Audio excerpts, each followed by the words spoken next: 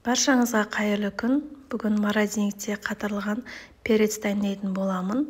Соңына дейін қарап, видеоны менімен бірге болыңыздар.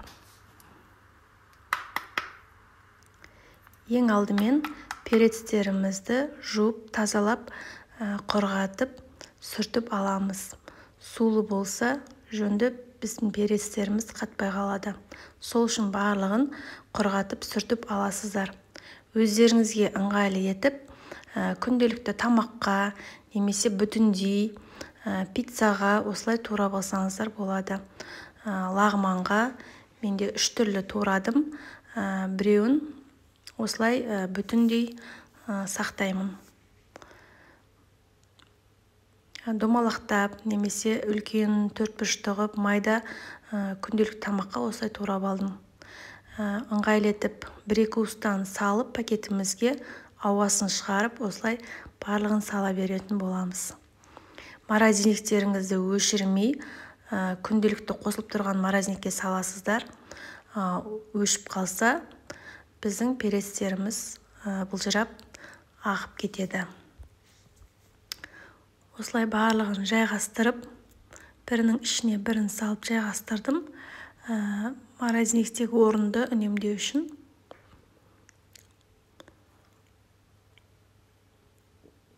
Сіздер де осындай арзан кезде көбірек алып қатырып қойсаңыздар болады. Маған осы перецтер жетеді.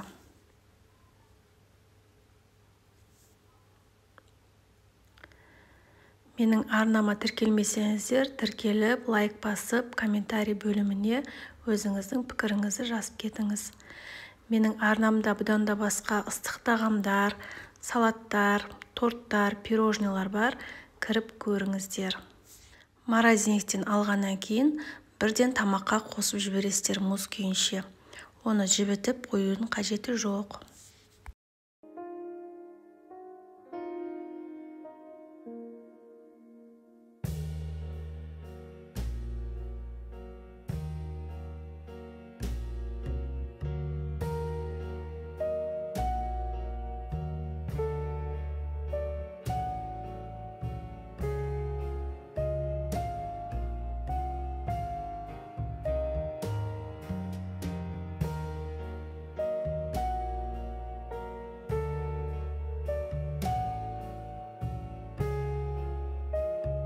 Мінекей барлығын осылай пакетке салып болдым.